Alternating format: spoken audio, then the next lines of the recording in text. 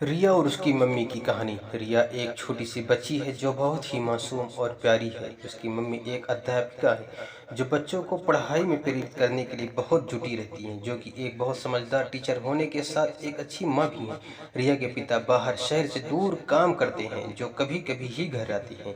रिया अपनी माँ के साथ ज़्यादा रहती है।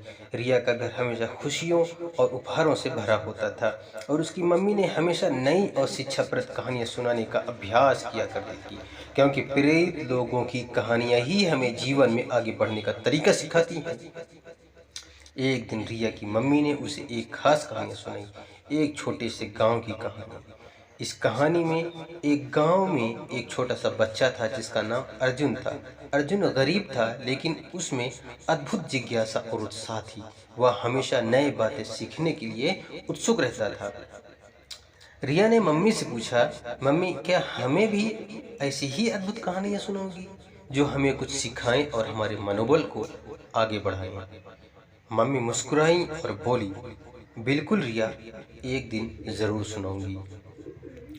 इसके बाद हर रात रिया की मम्मी ने उसे अलग अलग प्रकार की कहानियां सुनाती थी।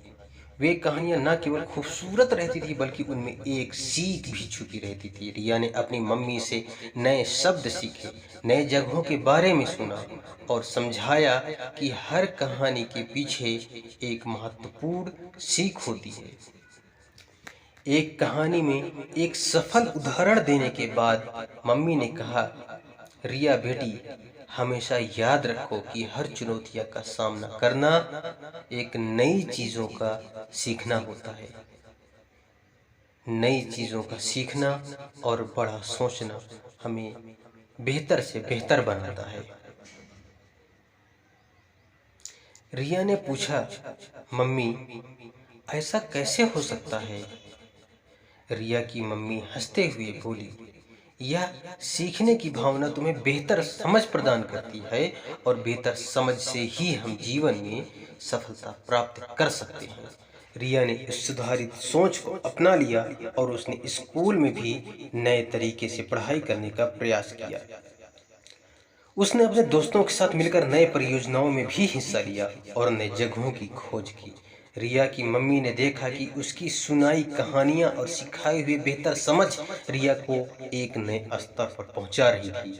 उनकी बेटी ने न केवल पढ़ाई में रुचि बढ़ाई बल्कि उसने जीवन के हर क्षेत्र में नए दृष्टिकोण देखने का संकल्प भी लिया।